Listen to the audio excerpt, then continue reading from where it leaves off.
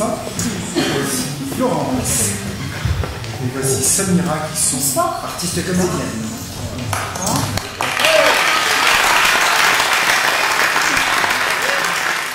C'est beau, vous êtes chaud. Concernant ces ateliers à l'année, ben là c'est un binôme comme on dit. Vous étiez parfois à deux, parfois chacune votre tour. Comment ça a marché?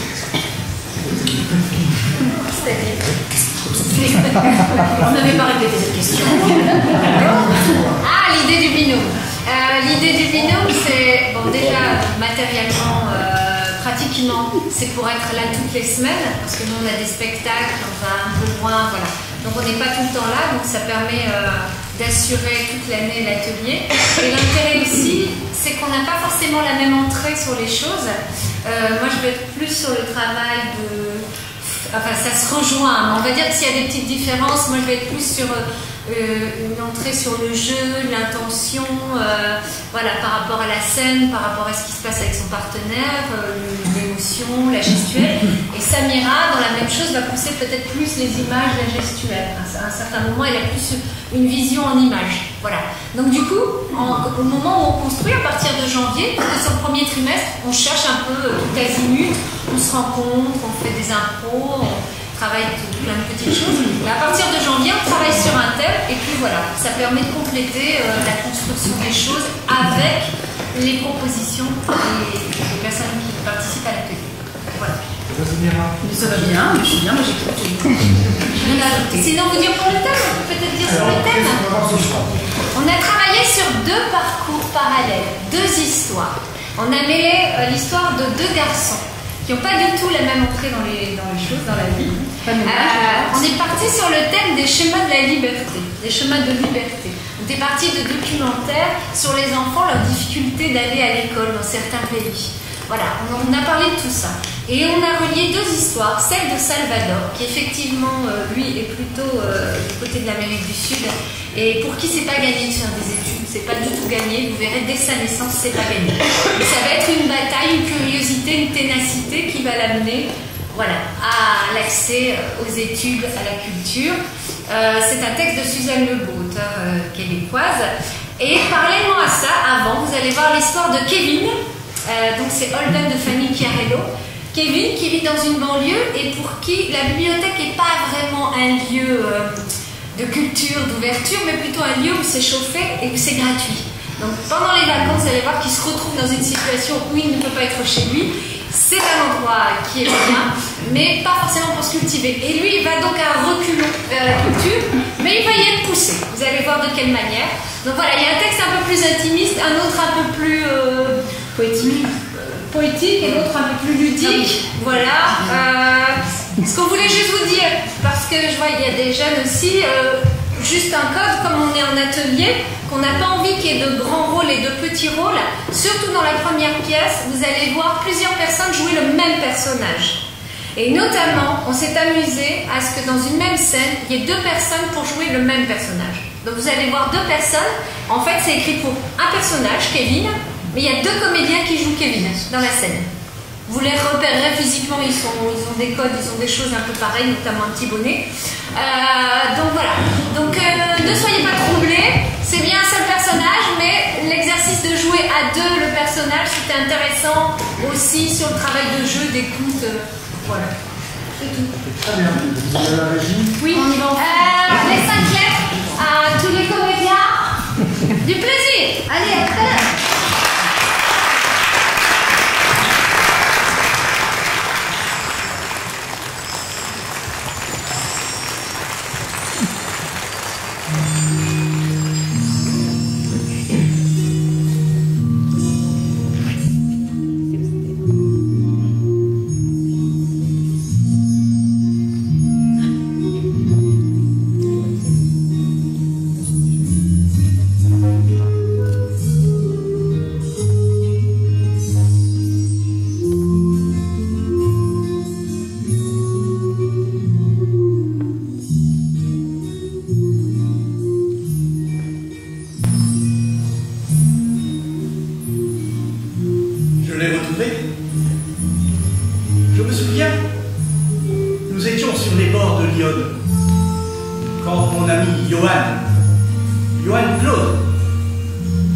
propose de rencontrer son copain Sergio.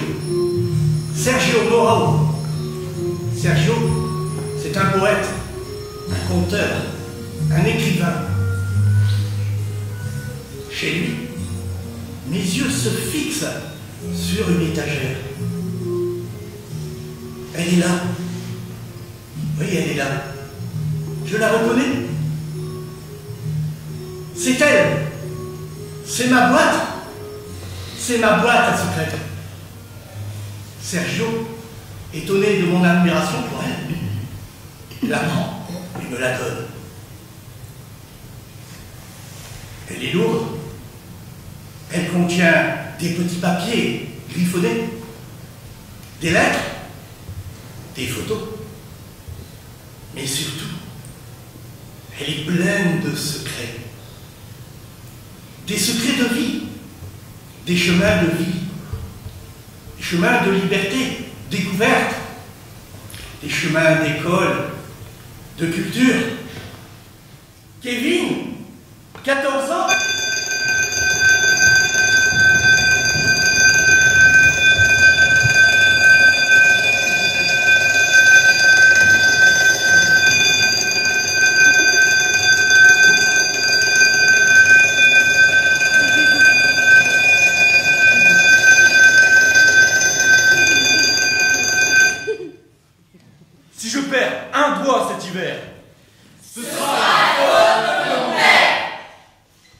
Un matin, il est parti avec la BMW.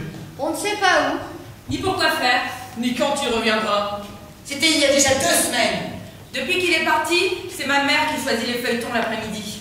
Elle regarde des débilités avec des blonds et des blondes qui passent tous les épisodes à se demander s'ils se pavanent avec la blonde ou le blond qu'il faut sur des plages couvertes de maillots de bain fluo. Le problème avec ma mère, c'est qu'elle n'a pas de temps à me consacrer. Parfois, j'essaie de discuter un peu avec elle, comme mon copain Damien avec la sienne. Mais elle râle. Tes histoires me saoulent, Kevin. Si tu crois que j'ai le temps de t'avoir dans les pattes avec tout le boulot que je me farcis déjà dans cette baraque. Sinon, ma mère pleure. Elle pleure beaucoup. Au moindre stimulus, elle cuine, se tamponne les yeux et le rimel avec du sopalin. Et quand elle ressemble à un panda, elle téléphone. Depuis que mon père s'est fait la malle, Comme toutes les autres fois. Ma mère ne supporte plus qu'on sature son périmètre. Dès son réveil, Tout le monde dort. Seule ma petite sœur, qui a tout juste 3 ans, a le droit d'user le sky, du canapé, du monde diurne. L'ennui pendant les vacances scolaires, c'est la classe paternelle. si jamais la police Un concours de circonstances. qui me vaut de passer mes journées dehors, plein de février, sans argent de poche.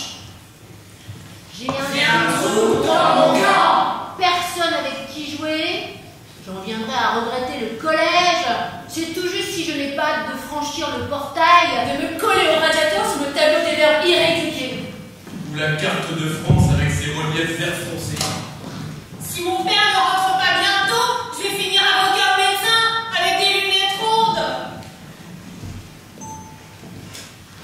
La bibliothèque, c'est le seul endroit chauffé où il ne faut pas payer. Du moins, dans mon quartier.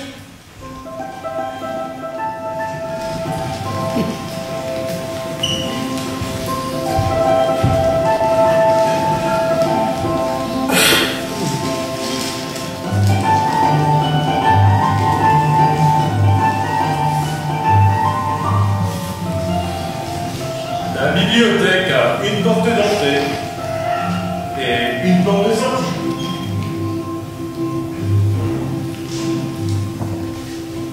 La première fois que je suis entré ici, j'ai cru qu'on allait me saisir par la capuche, me faire tourner le tour du guichet, me tenir la porte de sortie pendant que je replongerais dans les bourrasques glacées. Ne mettez plus les pieds ici, j'appelle la police.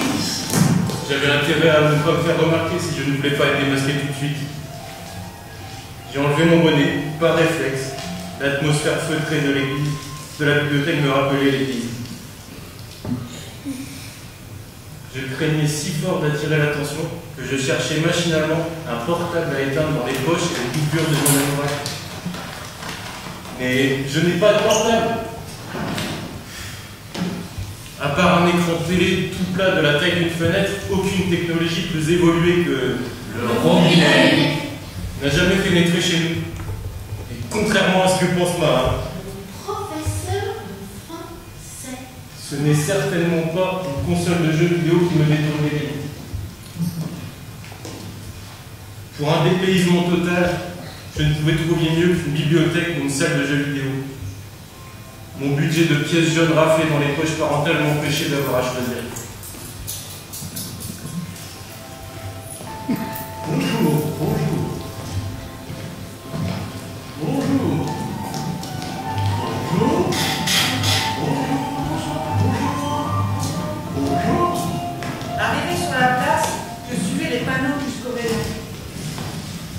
BD manga. Les filles, manga, elle est ouverte à la dernière page. Dès qu'une silhouette traversait mon champ de vision, je sursautais. J'imaginais déjà les duracures du collège se taper sur la cuisse en me voyant sortir de la bibliothèque à grands coups de pompe dans le fessier. Binoclard.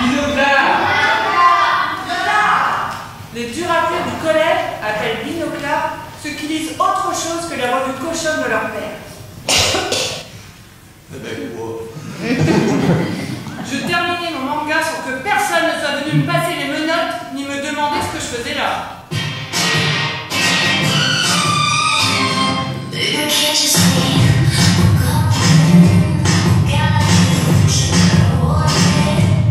Tiens, Kevin, c'est la première fois que je te vois ici. Normal, c'est la première fois que j'y mets les pieds. Vraiment? Moi, je viens dès que je peux. La bibliothèque, c'est comme ma deuxième maison. Je me demandais si sa mère la mettait à la porte, elle aussi. Après tout, pourquoi la nuisance spatiale serait liée aux résultats scolaires? Elle partage peut-être mon sort cruel. J'en venais à regretter de l'avoir mal jugée lorsque j'aperçus 2 barres chocolatées sortir de la poche de son manteau. Tu en veux une? Je te mangerai pas toutes les deux de toute façon. Maman va surestimer mon métabolisme lipidique. Oh, j'étais piquée au vif. En une phrase, elle m'avait appris 3 choses. Je n'avais ni son vocabulaire, ni son chocolat, ni sa mère aimante à attentionner. J'ai opté pour le sarcasme. Non merci. Chez moi, on mange des légumes.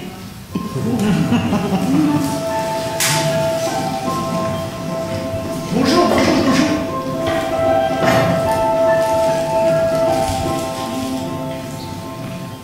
J'ai élaboré un stratagème dont je ne suis pas peu fière. Quand j'arrive à 14h, je vais directement chercher le grand livre des automobiles. sur son étagère, je l'ouvre en grand et je glisse à l'intérieur, Le Cosmos. Les formats sont assez proches. Il est vraisemblable qu'un mâle passe 3 après-midi de suite à regarder des moutons. Je le sais, pour avoir admiré la constance avec laquelle les mâles les plus prisés de la part HLM démontent et remontent leur mobilette sur le parking. Je suis crédible, je lis les choses.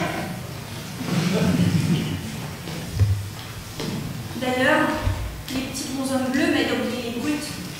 Ils chantent, ils dansent, ils secouent un de salse pareil. Ils font tout en vous malgré leur différence. Aucune menace sérieuse ne les suit, parce qu'ils sont serrés, tous ensemble, face au reste du monde. Tous les après-midi, Laurie, je les quitte. Tiens, Kevin, mais elle doit me surveiller parce qu'elle se trouve toujours sur mon chemin. Le grand livre des motos me fait office de paravent. Mon pire cauchemar serait qu'elle me dénonce à nos camarades populaires dès le matin de la rentrée. Je l'imagine. Tiens, Kevin, comment vas-tu depuis samedi soir? Tu as quitté la bibliothèque en catimini, grand chou. Grand chou.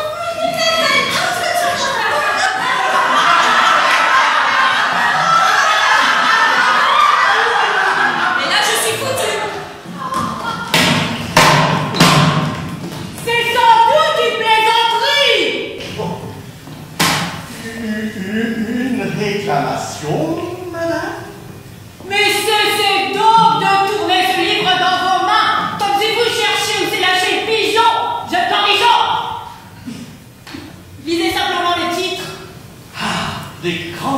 américaine de nos jours et aussi des origines.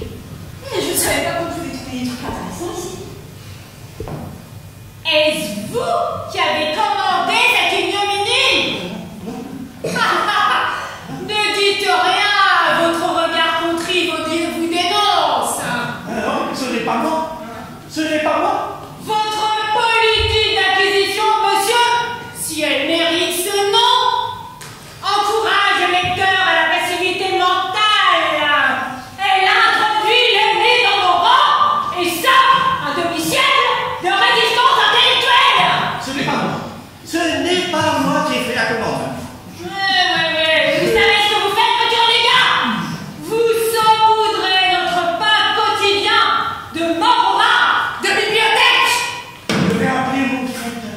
Vous en discuterez avec elle. Oui, faites donc ça, oui. Je peux? Aïe! Au troisième tour de l'heure, je suis complètement consciente de ce qui m'arrive. L'oreille coincée entre les doigts de la mamie. J'ai l'impression de pédaler dans le vide. Aucun cours de SVT ne vous apprend ce genre de phénomène physique. Et rien ne m'avait préparé psychologiquement à laisser tomber aux yeux de tous un album des Schtroumpfs dans sa rampe de moto. Quel âge avez-vous, jeune homme? Attends. Mais laissez-le. Mais laissez-le, madame, j'appelle la police. Est-ce qu'au moins vous avez lu vos classiques? Écoutez, madame. Voilà qu'elle est un tête à la mamie. Vous l'intrépide. Votre comportement ne semble pas le plus adéquat. Je comprends votre désarroi, mais pensez à toutes ces personnes que votre excellence empêche de se consacrer à leur lecture. Aïe. Laissez cet enfant, madame. Cet enfant, mourir de honte avec une oreille violette en prime. Aïe. Vous me cherchez, Madame Moreau. Vous me reconnaissez? Je suis Mylène Bourdon. Je fréquentais cette bibliothèque quand vous la dirigiez. Aujourd'hui, c'est moi qui tiens les rênes. Mon collègue me disait que vous aviez une réclamation. Si vous voulez bien me suivre dans mon bureau?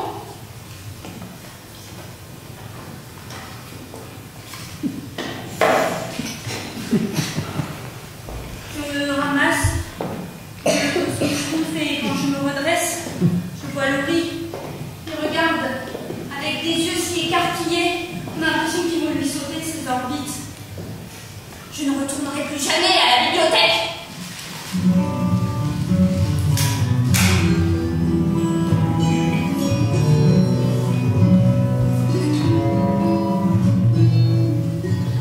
Je ne retournerai plus jamais à la bibliothèque. Je n'éliminerai pas le riz, parce que je suis une moquette. Ce matin, je traîne. Me voici dans le banc glacé. Et me voici dans le banc glacé. Je suis une moquette, et si je pleure maintenant, je suis une moquette morte.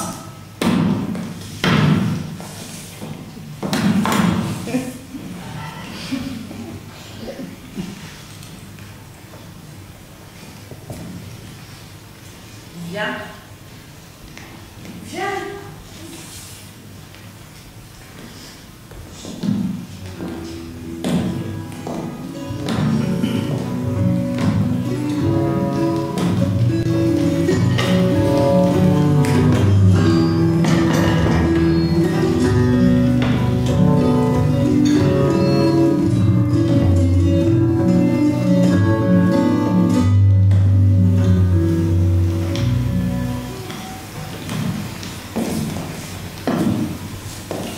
Alors, qu'est-ce qui t'arrive, mon petit? Au moins ici, il fait chaud. Et pourquoi? Chez toi, il n'y a pas de chauffage? Si, mais j'ai pas le droit d'y rester. On peut pas dire que je sois captive, moi. Je suis le gars le plus libre du monde, comme les oiseaux et les rats. Pourquoi tes parents te punissent-ils? Tu as une mauvaise note? Non, j'ai pas très bonne note, mais ça, ma mère s'en tamponne. Elle est juste énervée parce que mon père est encore parti. Parti? Mais où? Souvent, où va-t-il ainsi? Ça, on ne le sait pas. Ma mère pense qu'il a une autre femme et 2 enfants ailleurs. Ça, on ne peut pas le vérifier. Madame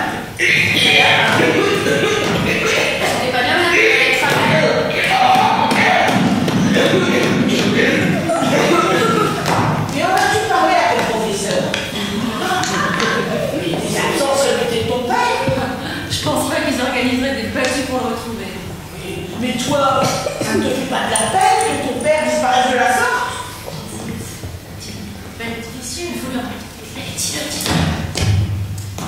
Il me semble que la grand-mère veut entendre que je le suis. Et dans un sens, je le suis. Comme je l'ai assez prouvé tout à l'heure en pleurant Claude allait en pleine rue. Mais il ne me manque pas vraiment.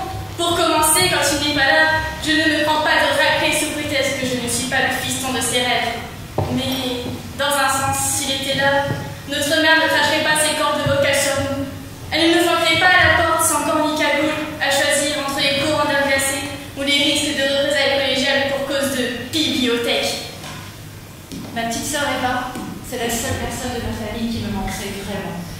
Si elle disparaissait, je disparaîtrais aussi. J'irais je ne sais où. Sous les tropiques, tiens, je volerai une paire de bonnes chaussures et hop en route. Je ne connais pas Super Mamie depuis 24 heures. Voilà, je lui raconte déjà ma vie. Pardon, Nal. Je me sens un peu comme tous ces gens qui étalent leur vie à la télé. Mais je ne suis pas une cabane. Prends un biscuit. Prends un biscuit. Et parle-moi de ta petite sœur, si tu veux bien. J'ai pas vraiment l'habitude qu'on me dise si tu veux bien. Chez nous, on réserve le même traitement aux parents, aux enfants, aux élèves, aux professeurs, aux chiens, aux chats, aux compléteurs cambriers et aux témoins de Jéhovah. Tout ça fait plutôt dans l'économie. Sans chichi ni tralala, sans si tu veux bien, ni autre nafron. Eva n'a que 3 ans. Et elle a tout le temps de grands yeux comme si on l'avait abandonnée sur une herbe autoroute. Mais il suffit que je joue avec elle pour qu'elle se transforme complètement. Elle sort des phrases vraiment bizarres pour son âge. Et quand j'éclate de rire, elle rit aussi avec toutes ses petites dents carrées. Pour qu'elle soit toujours heureuse, il faudrait que je joue avec elle du matin au soir. Mais ça fait du bien de m'occuper d'elle. C'est un peu comme des espèces de vacances. Reprends un biscuit. Reprends un biscuit, il faut pas Donc à la bibliothèque ici. N'importe quoi. Non, je pense exactement le contraire. Ah, vous voulez plus y aller, vous non plus? Bien sûr que si. Et dès que nous aurons terminé cette petite collation, et bien nous y tomberons de nouveau. Moi j'y vais plus, c'est bien trop dangereux. Garçon, je te promets de ne plus jamais toucher à ton oreille, ni à aucune autre partie de ta personne.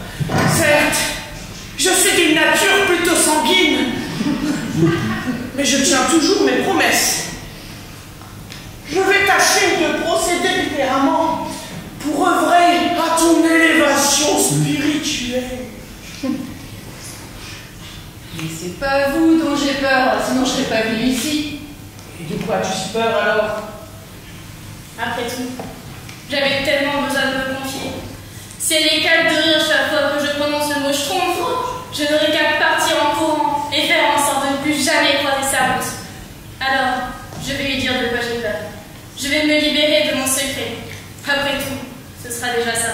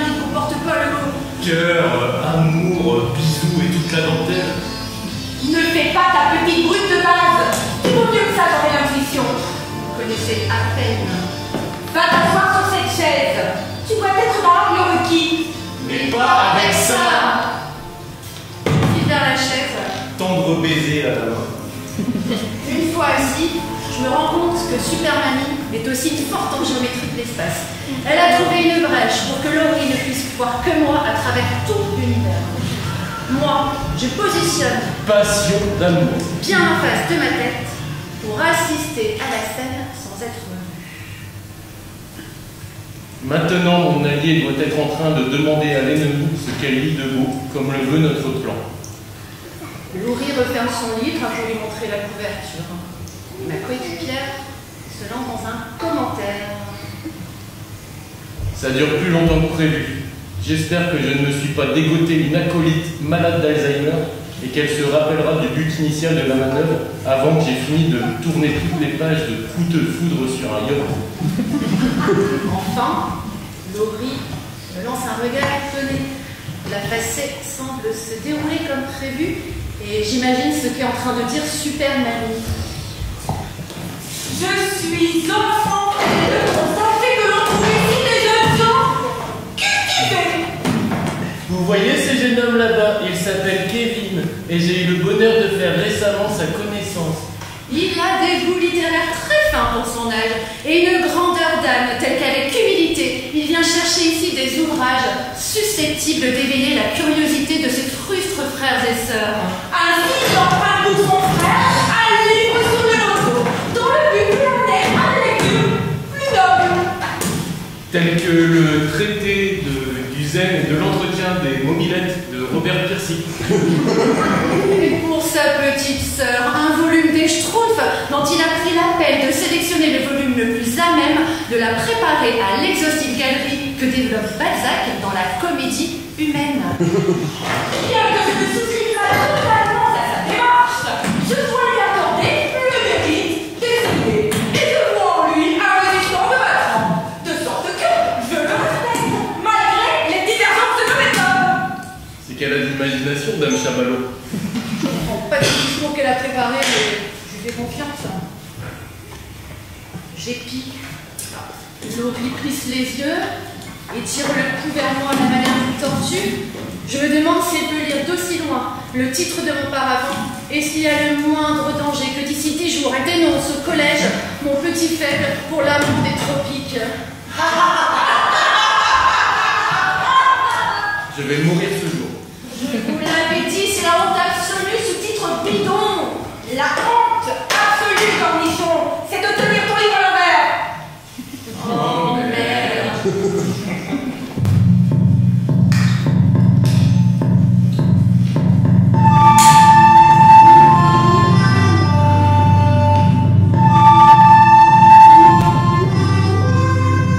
Oh merde. Très bien, mon garçon. Je vais te sortir de ce mauvais pas supplémentaire. Mais je te préviens, il y aura un prix à mon intervention. Aucun mercenaire ne travaille sans salaire. Je te sauve la mise, à condition que tu lises ce livre, La Crève-Cœur, de la première à la dernière page. Aujourd'hui, Prends le temps qu'il te faut, mais tu le lis entièrement, tu m'as bien entendu? oui, dame.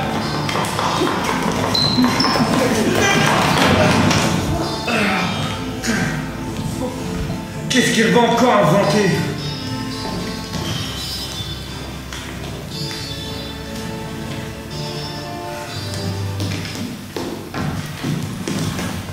J'ai fait.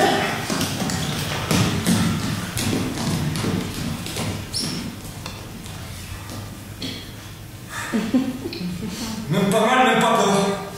Je gère la situation avec le flegme d'un agent secret britannique. Je me demandais, enfin, je pensais qu'on pourrait peut-être se promener au parc après la fermeture de la bibliothèque. Il fait froid. Qu'est-ce qu'on irait faire au parc? Kevin, ne joue pas au rustre avec moi. Je sais qui tu es et je suis au courant qu'il la neige.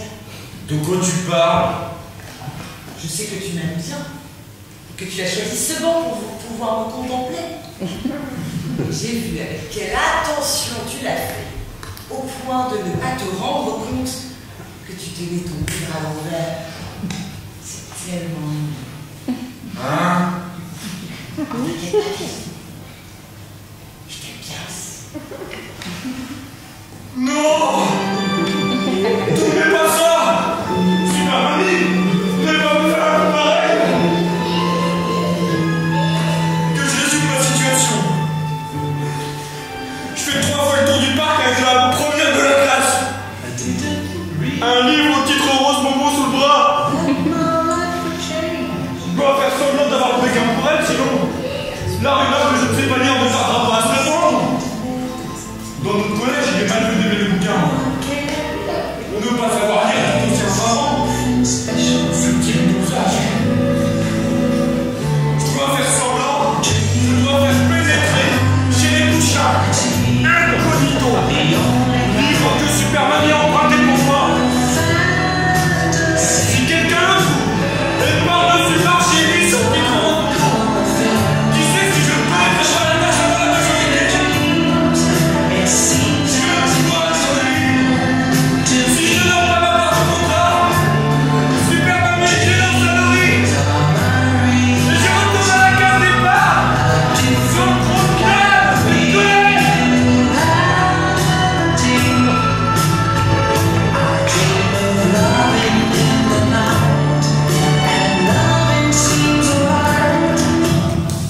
J'avance bien et je ne m'efforce même pas. Le livre est moins lumineux qu'il en a l'air. Hein. D'ailleurs, certains passages m'ont surpris. Des trucs qu'on s'imagine pas trouver dans un livre. Je commandai un whisky et un soda en lui demandant de ne pas mélanger. Je parlais à une vitesse infernale, car quand on fait un, eh ben, il pense qu'on a moins de 21 ans.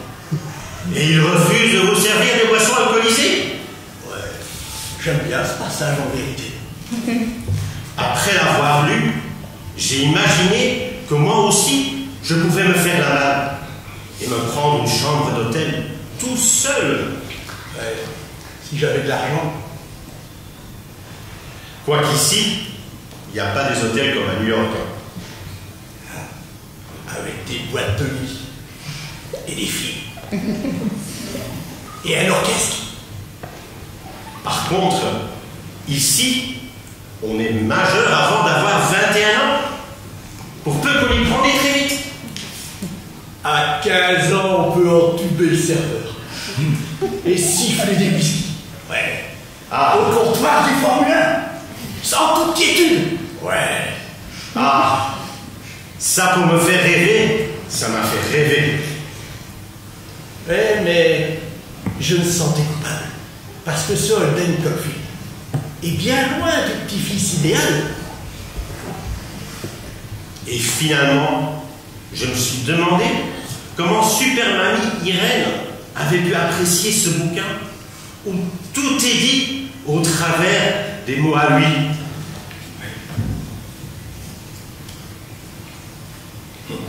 Il ne s'efforce pas de ressembler à tout le monde pour être populaire. Il va voir des momies dans un musée quand ça lui chante. Ouais. Sans craindre que les godures de son école le voient et le traitent de binoclard. Et ensuite, il vous raconte qu'il peut tomber amoureux d'une fille qui n'est même pas une splendeur. Et pour finir, ben, il offre des cadeaux à sa petite sœur.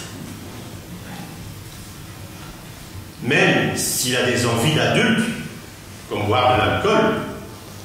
Il est l'inverse. Des petites frappes qui règnent au collège. Il est l'inverse des petites frappes qui règnent sur mon collège. Je m'aperçois que je n'ai plus peur. Non, je ne romps plus sous les chewing-gums écrasés des trottoirs pour que personne ne me voit entrer dans la bibliothèque. Oui. Je peux me promener avec Laurie dans le parc. Oui. Sans m'inquiéter du dira-t-on. Oui. Je me sens protégée plus que menacée par Super Mamie. Ah ouais. Je deviens même plutôt joyeux. Oui. Le soir, je suis content de retrouver ma petite sœur Eva et de l'aider à faire ses pulses. Et de plus en plus, j'en viens à penser que le jour où je serai démasquée, je serai prêt à affronter sans baisser la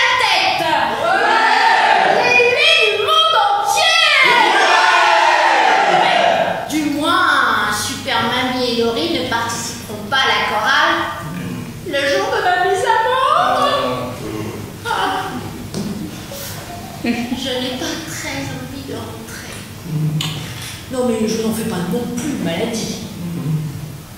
À travers le lambeau de tissu rouge déchiré de mon anorak, je sens la trappe-cœur toquer sur ma poitrine. Et j'entends Holden Caulfield me dire: allons, vieux Kevin, au moins on sera entre potes. Il a raison, je serai toujours seule. Mais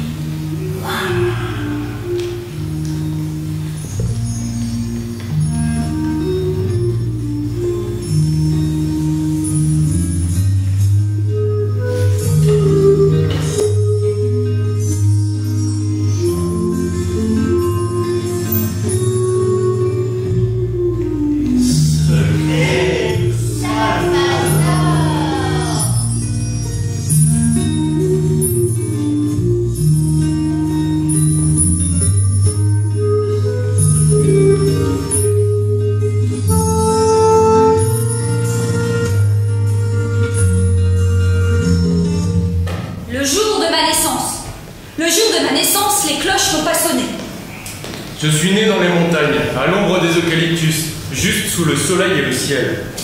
Tout petit, je pensais qu'en grandissant, je pourrais simplement, en tendant le bras, chasser les nuages de pluie qui attristent le cœur des gens. Ma mère, qui était une adulte et qui devait savoir que les choses ne se font pas aussi facilement, se plaisait à me laisser croire que grand, je serais tout puissant. Pourtant, elle avait toutes les raisons de croire que je ne ferais jamais rien de bien dans la vie.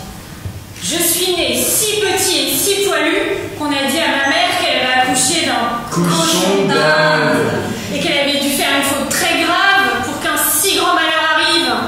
Le curé a refusé de sonner les cloches qui célèbrent les naissances dans mon village. Mon père a refusé de me porter dans ses bras comme le veut la coutume pour me montrer au monde.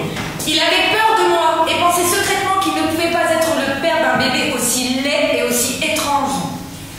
En homme de la montagne, il a attendu en silence, persuadé que si j'étais son fils légitime, les poils qui me couvraient le corps allaient tomber et les mauvais présages se dissiper. J'étais aussi gros qu'une petite patate et j'avais eu la mauvaise idée de naître l'hiver le plus rigoureux qu'on ait connu de mémoire d'homme. La montagne est habile à geler jusqu'à l'âme, mais elle ne connaissait pas toutes les ressources de ma mère, qui avait juré que jamais un de ses fils ne mourrait avant elle. Elle s'est battue avec la mort jusqu'au printemps. Elle me massait, me pétrissait comme elle avait appris à le faire avec le pain, me serrait contre son cœur, me réchauffait avec son haleine. Dès les premiers beaux jours, elle sut qu'elle m'avait sauvée. Mon père me prit fièrement dans ses bras pour me montrer la couleur du ciel et ma mère me fit baptiser. Salvador, Salvador.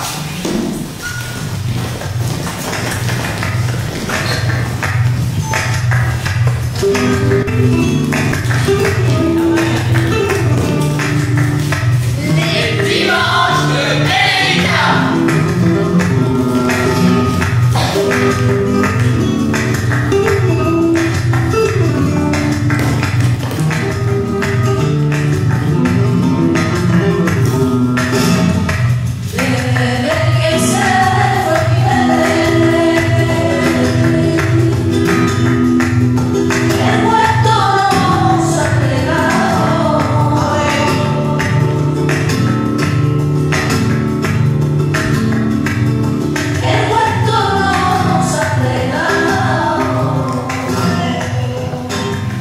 Benedicta ne prenait jamais de congé.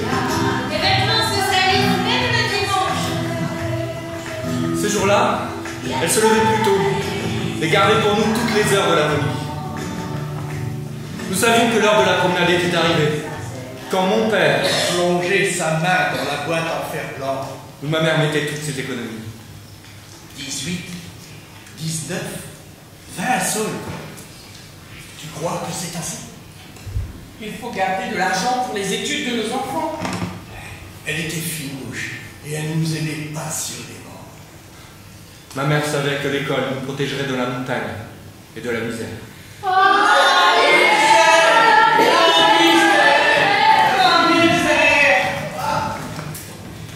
José doit étudier longtemps. Tu veux pouvoir avoir une cravate et une chemise blanche. C'est les jours heureux n'ont pas de prix, ma douce.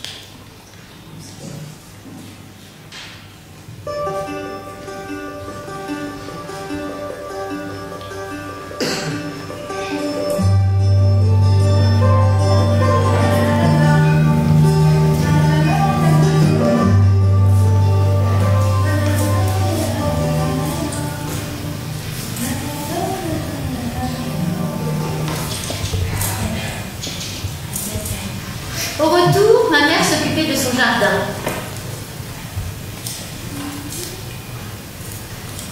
Elle avait planté un géranium pour le plus grand plaisir d'Anna qui les aimait à la folie. Et un manguier, triste et melindre, que son père lui avait rapporté de la côte, en lui vantant le goût divin de l'amour.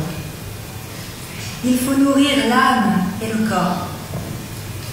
Elle taillait, arrosait, ajoutait de la terre, nous forçait à admirer le manguier, qui reprenait goût à la vie, malgré le vent frais de la montagne.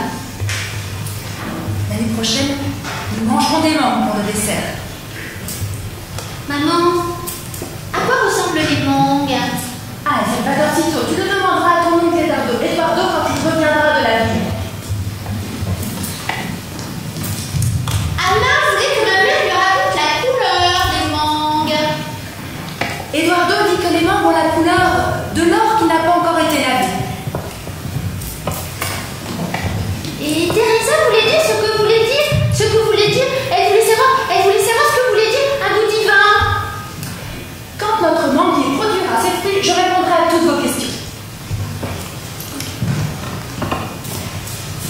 Les gens du village riaient sous cap. Qui a déjà vu un manguier pousser dans la montagne? Qui a déjà vu un manguier en pot produire des mangues? Benedicta haussait les épaules et souriait. Nous mangerons les mangues de notre manguier. Jamais nous n'avions douté que notre manguier produirait les mangues les plus belles et les plus grosses, les plus odorantes et les plus sucrées. En cela, comme en toute chose, ma mère avait la foi qui transporte les montagnes.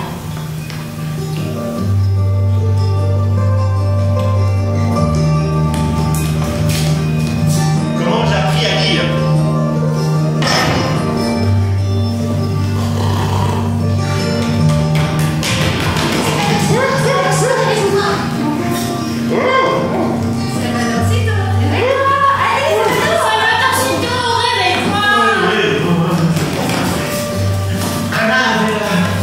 Joyeuse, soigneuse comme une caresse. Le vert de lait qui n'avait pas de faute. Et le rose que le voile était. Anna était en première année. Et de l'école, la seule chose qu'elle aimait, c'était les crayons de couleur de la maîtresse. Il faut dessiner beaucoup de A, Salvadorcito. Ça va. Dans Anana, y a-t-il plus ou moins de A que dans Anna? Il y en a 3 dans Anana. Et 2 dans Anna. Oh, et rond comme un kiff-poule. Le lit orgueilleux ne sort jamais son chapeau sur la tête. Elle dessinait des E et des U et des consonnes qui font le lien entre les voyelles. Le S sert à écrire ton nom, Salvadorcito. J'écrivis S dans son cahier car il était parti chercher du rouge pour écrire la lettre F de feu. Quand j'ai connu toutes les lettres de l'alphabet, je les ai mises l'une à côté de l'autre et j'ai découvert les mots. L et U font lu. N et E font ne. Et j'écrivis l'une, père, mère, Anna. Et je trouvais que les mots étaient la plus belle chose qui existe sur terre. Et j'ai écrit le mot terre.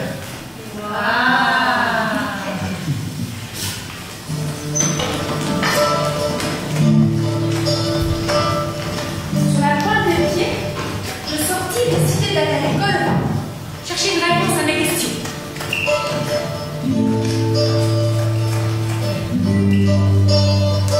Comme j'étais trop petit pour rentrer, je m'assis sur le seuil de la porte.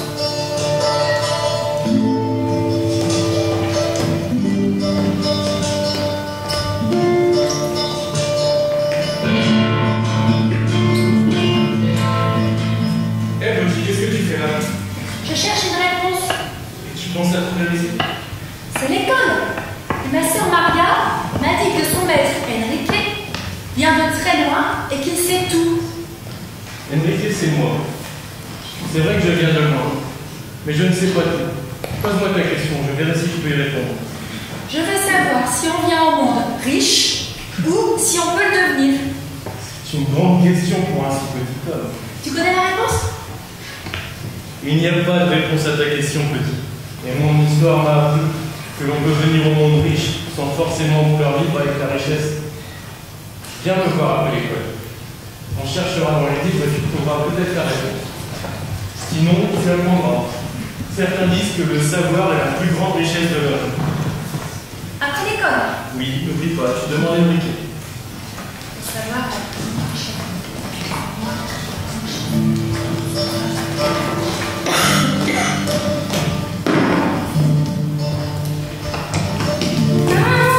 Qu'est-ce que ça veut dire être riche? Maman, qu'est-ce que ça veut dire être riche? Maman, mais qu'est-ce que ça veut dire être riche? À 4 ans, j'avais appris à passer devant les maisons de carton ouvertes aux 4 vents, à baisser les yeux devant elles, et surtout à détourner le regard devant les enfants qui mendiaient sur la place du village. Mais je savais aussi que de l'autre côté du village se trouvaient les riches bourgeois. On en parlait avec tant de mystères et de sous-entendus que je n'arrivais pas à savoir s'il était bien d'être riche. Mais maman, qu'est-ce que ça veut dire être riche? Oh, Salvador Cito. Être riche, c'est marcher sur des planchers d'acajou, frais, si brillants qu'on dirait des miroirs. C'est dormir dans des lits doux et moelleux, tendus de draps frais et blancs, et chaque enfant de la famille a le sien. Je compris que nous n'étions pas riches. Et tu vois, Salvador Cito, le plus beau de la richesse pour moi, c'est la cuisine. Oh, il faudrait que tu vois pour comprendre. Les carreaux du mur avec du plancher sont d'un bleu qui ne ressemble à rien de ce que je connais. Il y a un poêle, un réfrigérateur et tant de mots dont je ne connais pas le sens. Maman, est-ce qu'on vient au monde riche? Est-ce qu'on peut le devenir? Ça, il faudrait que tu montes à la montée d'Eduardo, je crois, dans l'île. Tout est possible. Et si tu étais riche, maman, est-ce que tu continuerais à porter le linge de la señora Baccarat? Tu sais bien que nous, tu t'occuperais de moi toute la journée? Non, tu aurais une nounou pour s'occuper de toi, pour s'occuper des poules de ta jolie tête noire, pour t'amener, te ramener à l'école. Mais, et toi? Je m'occuperai de la maison, du jardin, des serviteurs. Mais ne t'inquiète pas, tous les soirs, je me vais t'embrasser sur le front, dans ton lit, au drap blanc, tendu de drap blanc, fait dans le coton le plus ras, le plus doux du pays. Un seul baiser par jour? J'aurai des aimants comme de la soupe, et une tasse de porcelaine pour boire mon café. J'étais troublée, en imaginant ma mère dans une robe de soie, à contempler ses mains, inutiles. Ce serait tel. Maintenant, après, je vais essayer de passer. Il faut que je finisse mon travail, si nous voulons manger ce soir.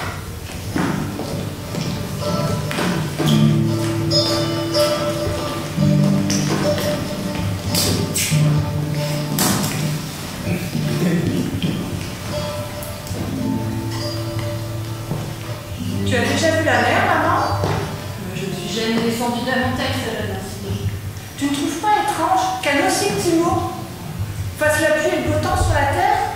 L'auteur dit qu'il ne trouve pas les mots pour décrire la couleur, la beauté et l'immensité de la mer. Mais tu sauras trouver les mots, Salvador. Je feuilletais le livre qu'Enrique m'avait prêté en rêvant à ces petits mots qui disent de grandes choses. Mer, terre, peine, joie, vie, mort, jour, nuit, tous ces mots sont les plus petits. Salvador Cito, il faut livrer ce paquet chez la señora Baccarat. Tu sauras le faire à ma place? Oui, maman, mais je rapporte le linge qu'elle me donnera. Oui, madame. Merci, madame. C'est facile. Je reviens tout de suite. N'oublie pas de laisser tes cheveux. Rue Saint-Sébastien, porte 1-4.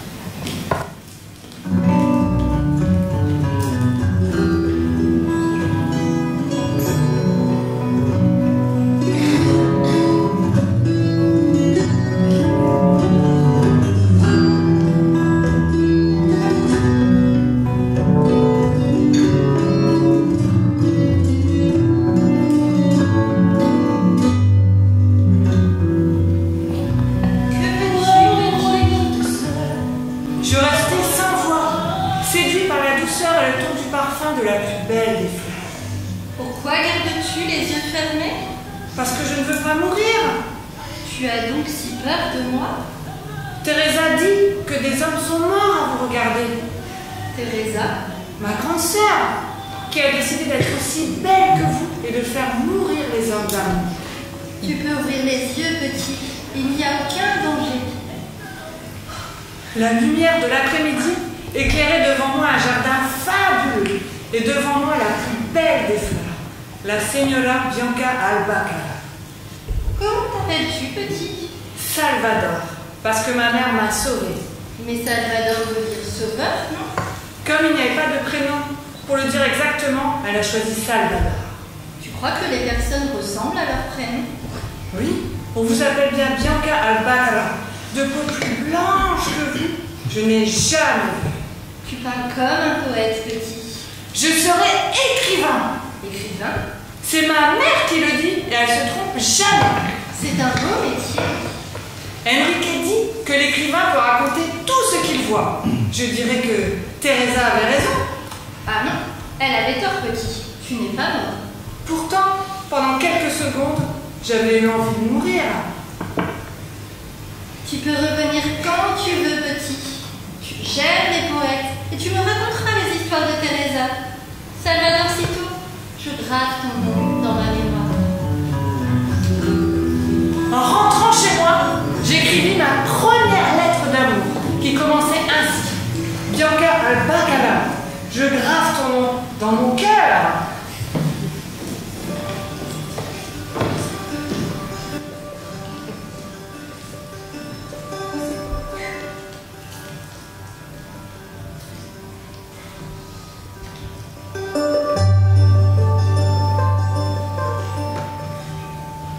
Le souvenir qui me reste de mon père.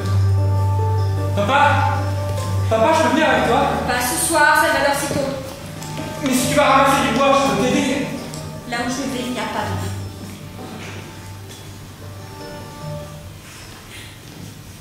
Garde ma casquette des dimanches. Mais ne t'avise pas de la porter, ou le diable se fâcherait. Quand il portait sa casquette, il avait l'air d'un grand voyageur. Je te la donnerai quand tu seras un homme. Qu'est-ce qu'il faut faire pour devenir un homme? Le temps seulement vient à bout, Salvadorcito. Mais il faut y croire, passionnément, comme ta mère. Mon père est parti dans la nuit, discuter du passé et de l'avenir des terres qui entouraient le village. Cette réunion fut la plus longue de toutes. Pas un des hommes qui y participaient n'est revenu ce soir. Le village s'est mis à attendre. Papa.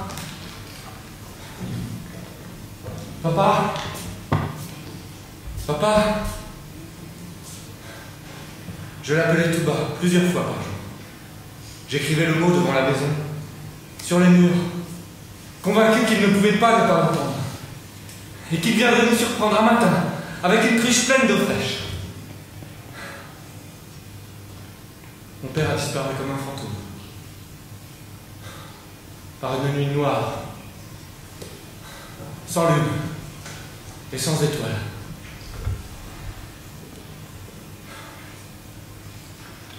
La vie d'un homme a si peu d'importance dans la montagne. Aujourd'hui encore, j'ai le regret de ne pas avoir mis mes bras autour de son cou, pour lui souhaiter une belle soirée. Quand j'entends battre les volets, par une nuit pareille, froide et pluvieuse, je sais que c'est lui qui essaie de me dire quelque chose.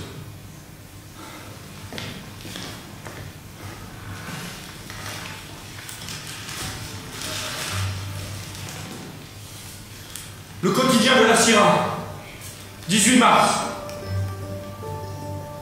La réunion qui s'est tenue dans le village de Huancavelica s'est terminée par un affrontement sanglant entre l'armée et les paysans.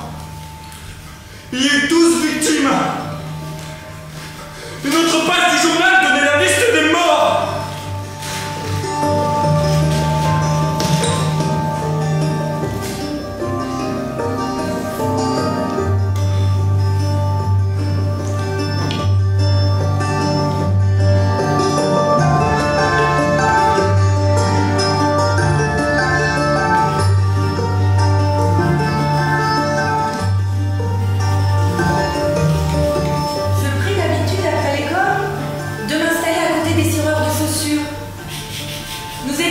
tous maman à la maison depuis que papa était parti. Mais moi, je me sentais responsable de la boîte en fer blanc, clé de notre avenir à tous. C'est Teresa qui m'inspira. Mon petit Salvador Cito, toi qui es si ami avec les mots, peux-tu écrire pour moi des lettres bien tendres?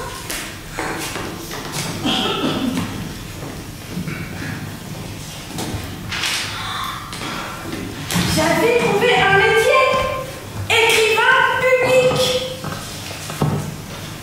Écrivain public, habile en tout genre de lettres.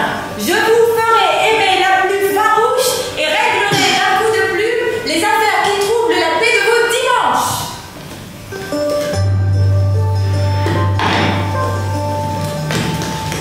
Et dis, c'est vrai que tu peux écrire n'importe quoi? Le maître dit qu'il n'y a pas mieux que moi pour former les lettres. C'est une histoire un peu délicate. Il aimait la femme de son voisin et avait décidé d'emmener la belle infidèle très loin. Grâce à Teresa, j'avais pour l'amour le vocabulaire des excès. Mon ange noir, je ferai à pied le tour du monde pour voir tes cheveux se dénouer à la lumière du soir qui tombe. Après, je m'enlèverai la vie. Il faut vraiment aller jusque-là? Bah, c'est la meilleure manière de dire je t'aime, non? À toi pour toujours, ton Alvaro.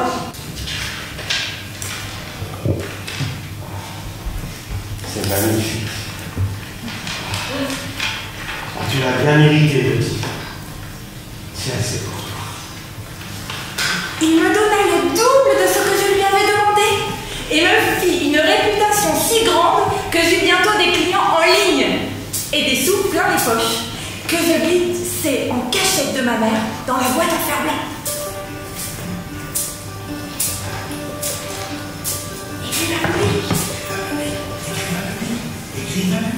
Écrivain public, écrivain public, habile en tout genre de lettres.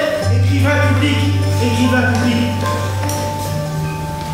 Je me souviendrai toujours de tous les petits détails de ce vendredi soir.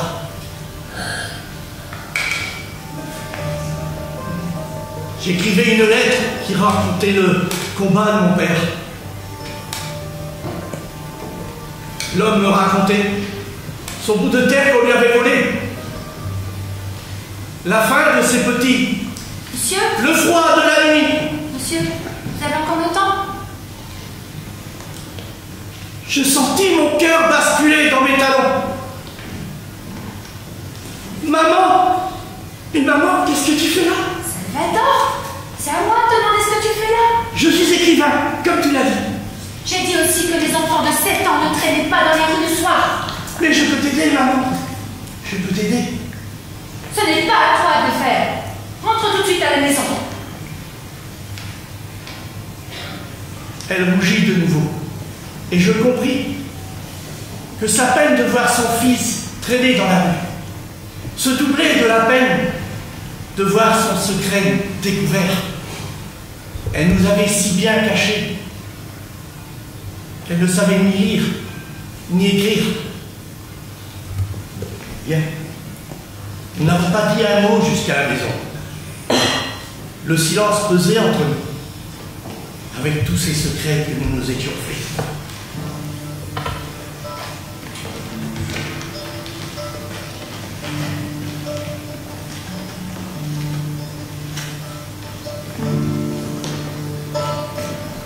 Benedicta prend une grave décision.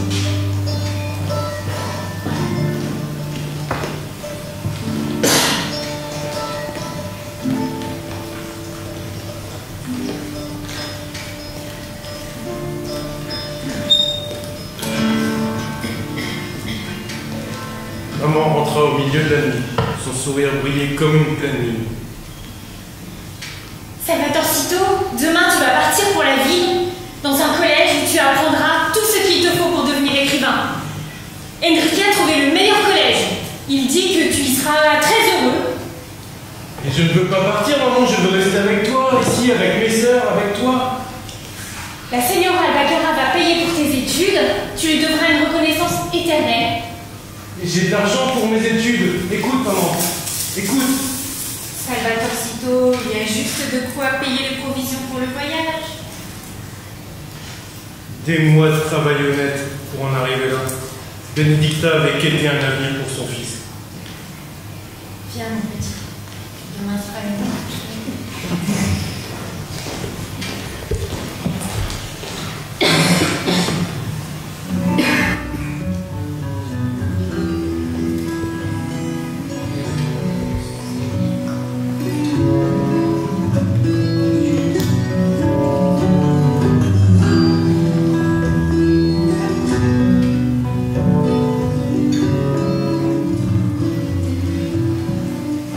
J'avais 7 ans. Un billet de train aller simple pour la ville. Une lettre pour le directeur du collège. Un dessin grossier du chemin pour m'y rendre. 2 chemises. Un pantalon. Et ma plume. Le train, Regardez ma mère, Maria, Teresa, Clara, Anna, Julio et Manuela, alignés sur le quai, m'adressant des signes de la main, affectueusement, plein d'espoir. Ils devenaient de plus en plus petits, de plus en plus lointains, comme des points disparaissant dans la nuit.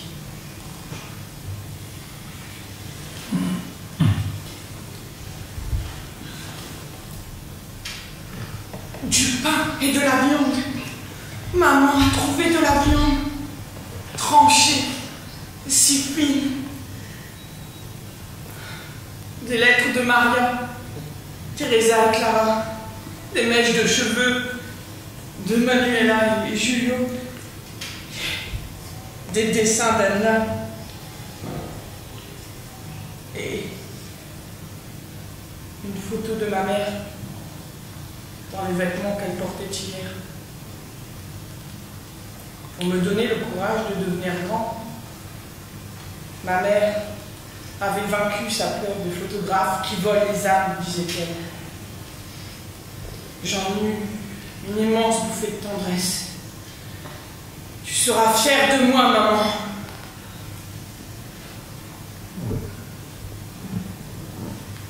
Et au fond du sac, tout au fond, enveloppée dans du papier froissé, une forme que je ne connaissais pas. Une boule, la couleur de l'or qui n'a pas été lavé, à l'odeur exquise. Nous mangerons les membres de notre manqué, Salvatore Cito. Et une feuille avec un mot écrit maladroitement.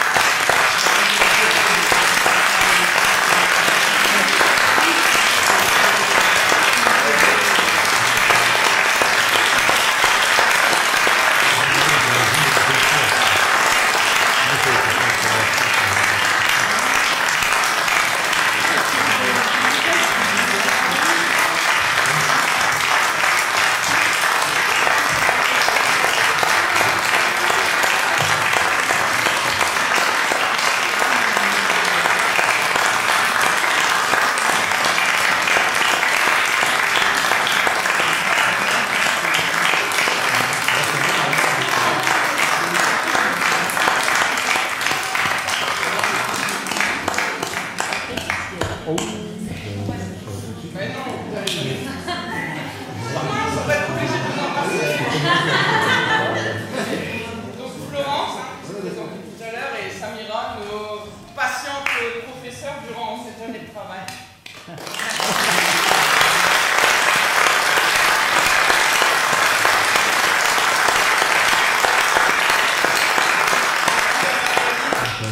Vous assurez le son, la lumière et tous les coulisses. Bravo!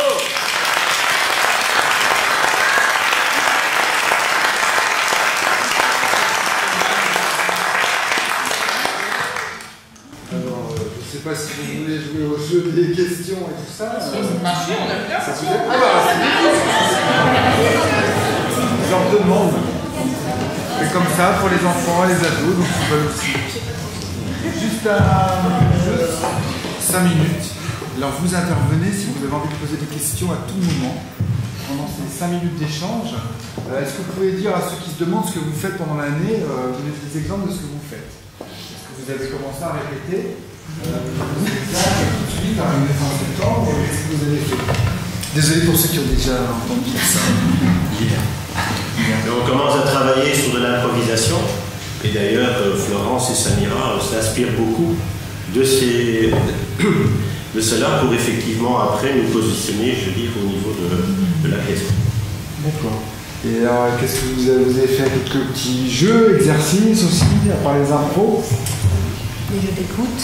Les jeux d'écoute, c'est quoi par exemple les jeux d'écoute? Se passer un bâton sans faire tomber. Passer un bâton. Balle imaginaire. Mais j'ai peu de couleurs. Des fois je prends en rond d'ailleurs. Des fois quoi? Des fois je change en un peu de passe de bleu à jaune sans trop savoir pourquoi. Ah oui, ok. Qu'est-ce que vous avez préféré dans l'année? Qu'est-ce qui vous a plu dans les vacances?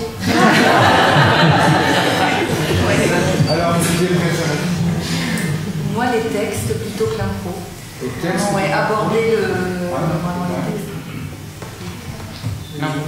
L'ambiance du groupe. L'ambiance du groupe. Ah ouais. Les profs, Alexandra. Alexandra. Le métier de l'ombre. L'accueil de la manivelle. C'est important. Qu'est-ce qui vous a semblé difficile aussi pendant l'année? Vous n'êtes pas parfait. Oui, au début sentir l'histoire, Après, on découvre Samira sur les textes, vous avez fait comment? Vous avez fait le choix? Ah, ce sont eux qui ont choisi les scènes. Ils ont même réclamé des scènes en plus. Voilà, l'idée c'est qu'ils puissent défendre ce qu'ils avaient envie de défendre. Donc on a lu ensemble les 2 textes. Ça nous a pris 2 séances pour faire cette répartition. Ils ont choisi leur scène à défendre. Nous on a juste positionné que pour Kevin, on avait envie qu'il y ait 2 Kevin dans telle scène. Voilà, pour le Salvador, quelque chose. Est-ce que le code vous a gêné ou ça a été très bien, c'est leur choix, hein. Ils ont défendu leur partie. Le truc, c'est juste d'arriver à lâcher le mental pour, sur les textes, continuer à être dans le physique aussi. C'est tout un jeu de c'est ça la difficulté sur les textes.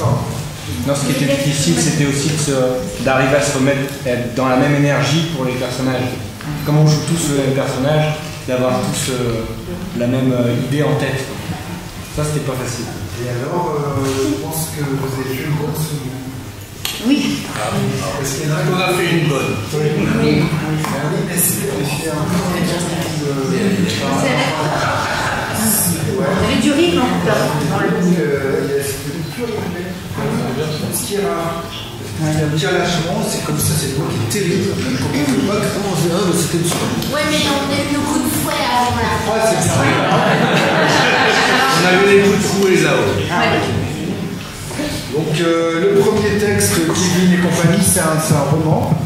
Tu peux redire l'auteur? Fanny Carrero, romancière lilloise. Romancière lilloise.